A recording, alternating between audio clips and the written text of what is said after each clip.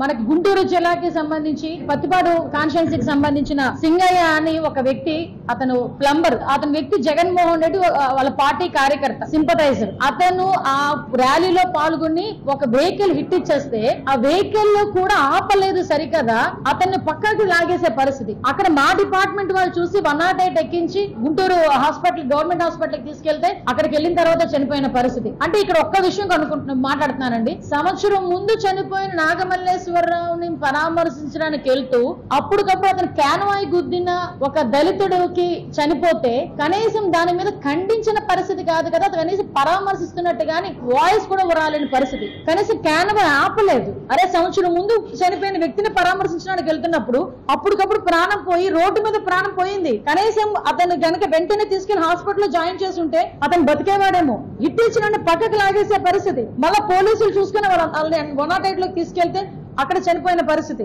అంటే ఒక ప్రాణానికి విలువ లేదు, పోయిన ప్రాణం మీద రాజకీయం చేస్తున్నాడు.